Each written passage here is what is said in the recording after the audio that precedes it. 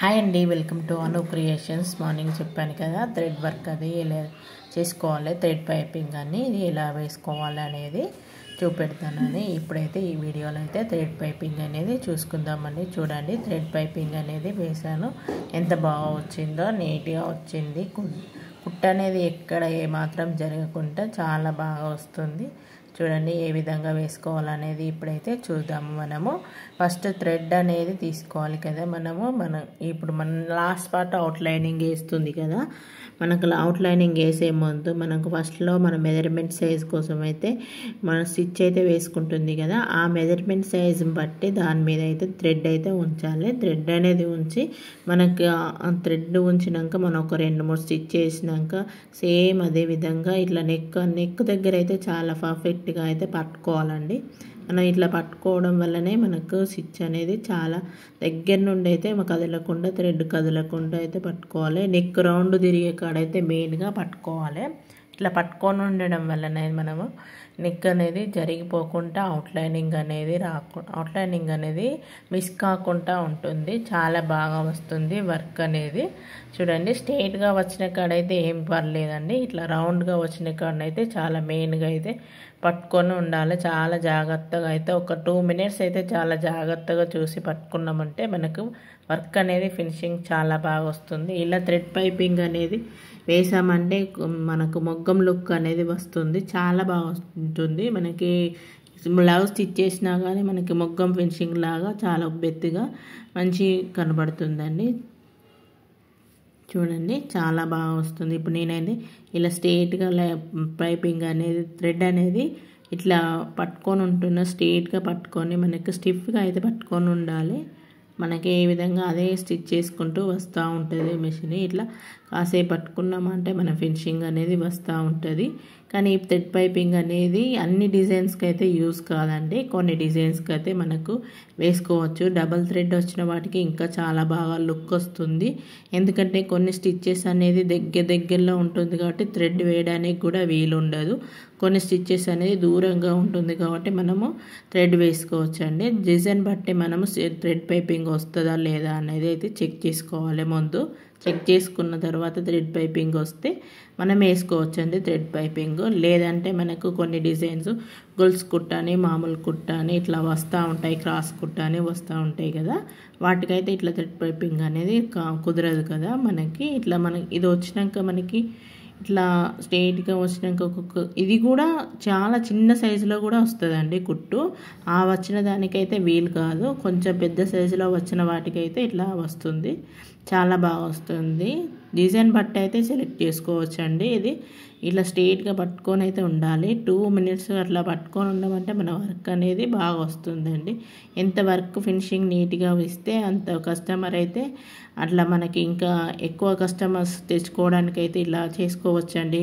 ఒకే విధంగా కాకుండా డిజైన్లో మార్పులు చేసుకోవడం వల్ల కూడా ఉంటుంది కదా టాలెంట్.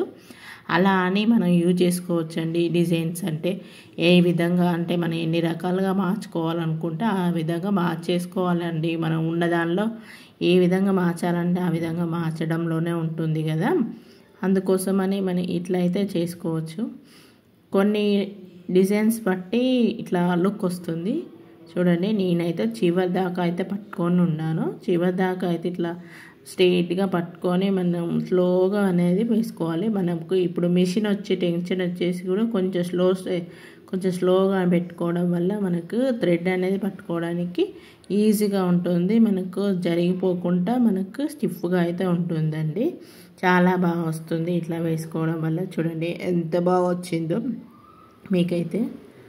చివర్లా పట్టుకొని ఉన్నాక ఇప్పుడైతే మనం రైట్ పార్ట్ కూడా సేమ్ ఇదవగానే వేసుకోవాలండి.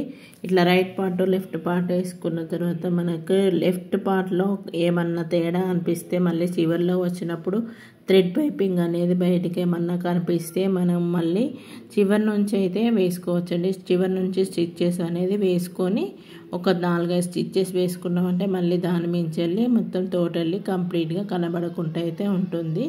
ఇప్పుడు మనం రైట్ పార్ట్ లెఫ్ట్ పార్ట్ ఇండివిజువల్గా ఉంటాయి కదా, ఇండివిజువల్గా ఉన్నప్పుడు మన థ్రెడ్ అనేది ఆల్మోస్ట్ కొంచెం చివర్లో కనబడుతుంది కాబట్టి అది కనబడకుండా మళ్ళీ స్టిచ్ చేసినామంటే ఒకసారి మన థ్రెడ్ అనేది కనబడకుండా చాలా పర్ఫెక్ట్గా అయితే వస్తుంది.